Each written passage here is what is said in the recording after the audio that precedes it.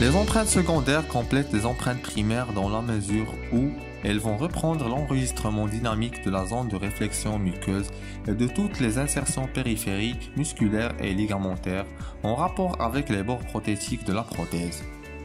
Cet enregistrement fera appel à des tests fonctionnels appelés tests de Herbst. Encore une fois, nous devons apporter une attention particulière au plateau technique afin de travailler confortablement. Pour cela, on aura besoin, en plus du plateau d'examen, des instruments suivants. Pièce à main, fraise en carbure de tungstène, chalumeau, couteau à cire, spatule à ciment et à élastomère, pâte de Kerr et matériaux d'empreinte.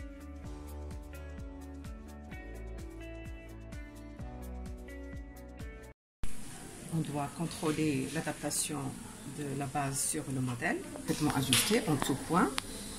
On vérifie les échancrures suffisamment préparées au niveau des insertions frénales et musculaires. On vérifie aussi la bonne réalisation des bourrelets de préhension, aussi bien au maxillaire qu'à la mandibule. Ici, on voit qu'il n'y a pas d'échancrure, donc on bouge, on essaiera donc d'ajuster le PUI directement en bouche. Il ne faut pas oublier la préparation face à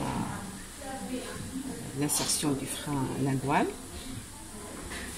et l'extension au niveau des trigones aux 2/3. On va donner un petit coup de fraise à ce niveau-là. Les réductions sont réalisées à l'aide d'une fraise en carbure de tungstène. Après le contrôle du PUI sur le modèle, on procède au contrôle en bouche. On commence par tremper le PUI pour favoriser l'adhésion salivaire. Exercer une pression digitale au niveau du palais, suivi d'un contrôle des limites périphériques du PUI.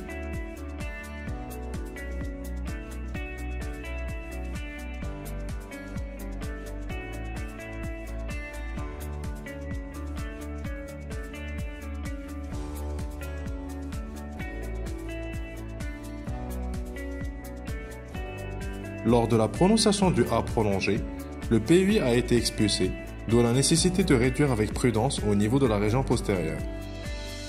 L'enregistrement du joint périphérique se fait à l'aide de la pâte de Kerr afin d'assurer l'étanchéité des rebords prothétiques.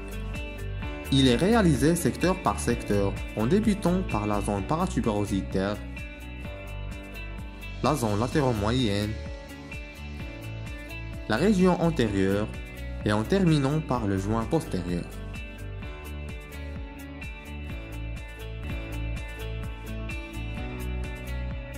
La pâte de Kerr est déposée sur le sommet, 4 mm sur l'extrado sans dépasser sur l'intrado, sauf pour le joint vélo-palatin.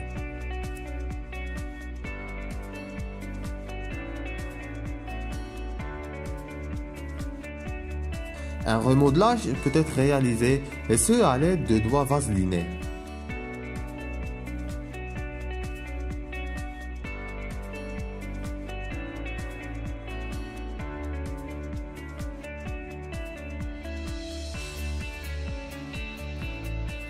Un léger coup de flamme suivi d'un trempage dans l'eau doivent toujours précéder l'insertion en bouche. Les mouvements fonctionnels à faire effectuer par le patient sont une grande ouverture et la bascule de la mandibule à droite et à gauche.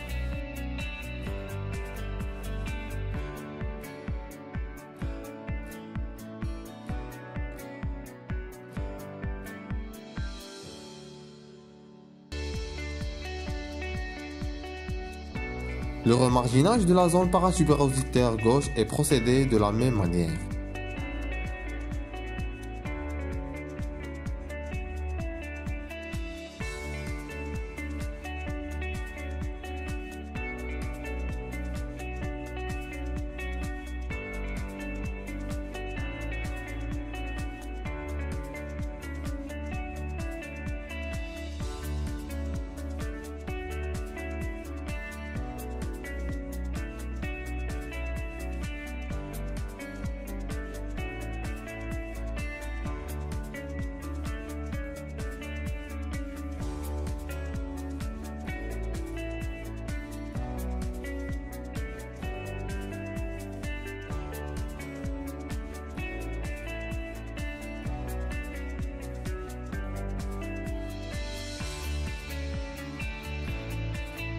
Avant d'entamer l'enregistrement du joint périphérique de cette zone, il convient de montrer au patient le mouvement fonctionnel à réaliser, qui est le rire forcé. La patte de Kerr est déposée au niveau de la zone latéro-moyenne.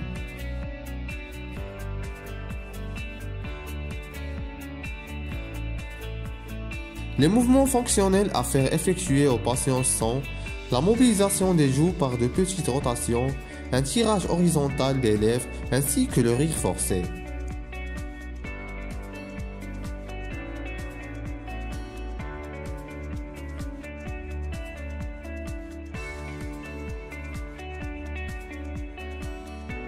Si des excès de Kerr ont fusé dans l'intrado, il convient de les éliminer à l'aide d'un couteau à cire ou d'un cutter suivi d'une reprise des mouvements fonctionnels. Chaque zone peut être faite en 2 à 3 reprises.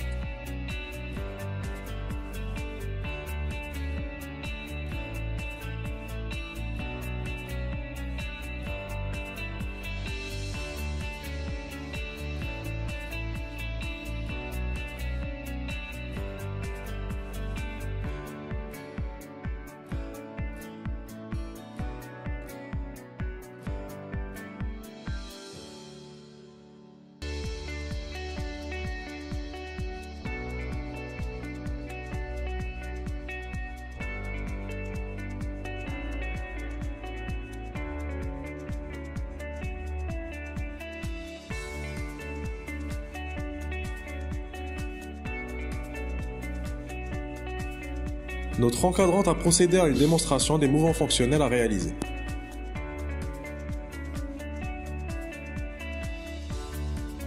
Demandez au patient la prononciation du OU, puis de rabattre la lèvre supérieure.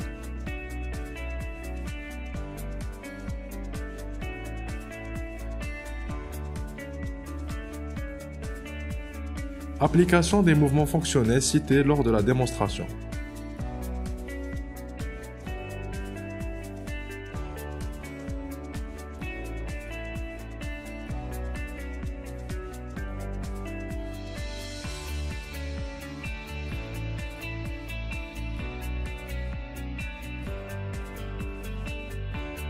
Le joint périphérique doit être continu entre les différentes zones et la rétention doit augmenter de manière exponentielle.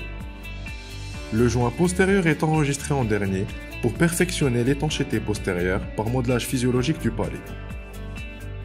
À défaut du crayon à l'aniline, nous avons utilisé un feutre épais avec lequel on a marqué la limite entre palais dur et palais mou. Et vu que le patient présente une classe 1 de lambda, le joint vélopalatin sera situé à 4 mm au-delà de cette ligne.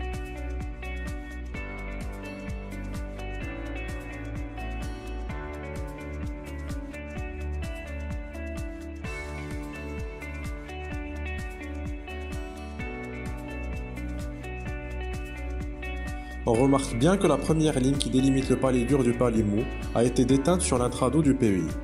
Une deuxième ligne est tracée à 4 mm derrière la première, suivie par une réduction des excès.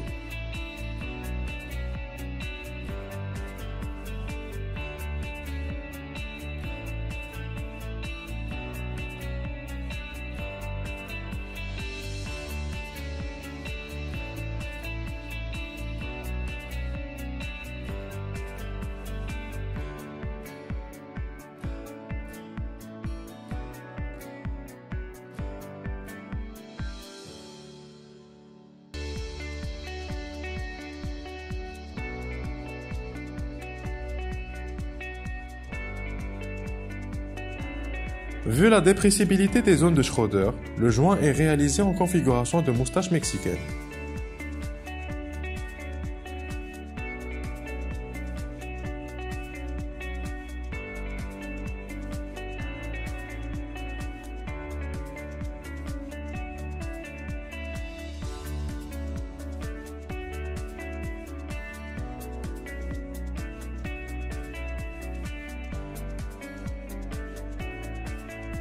Les mouvements fonctionnels à réaliser sont l'ouverture maximale et la prononciation du A prolongé.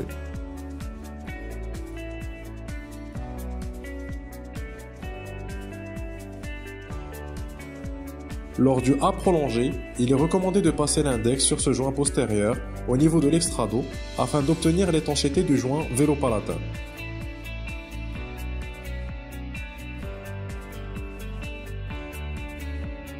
Les fossettes palatines sont dégagées, suivies d'une suppression des excès au niveau des tubérosités.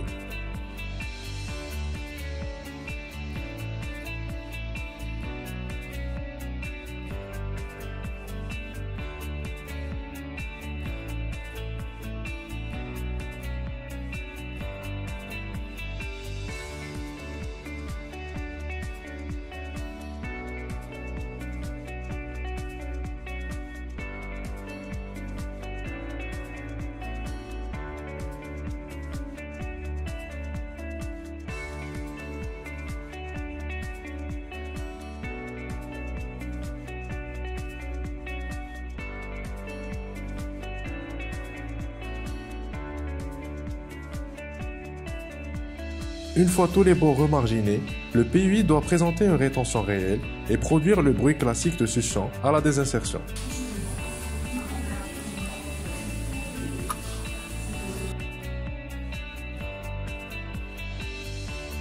Différents matériaux peuvent être utilisés pour cette empreinte et le choix se fera selon la profondeur du palais, l'état de surface d'appui, le degré de résorption, l'état salivaire, mais également la préférence du praticien.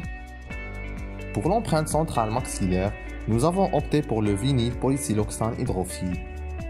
Elle est réalisée par injection du matériau au niveau de l'intrado ainsi que les bords du PUI. Avant l'insertion, il ne faut pas oublier de vaseliner abondamment les lèvres du patient.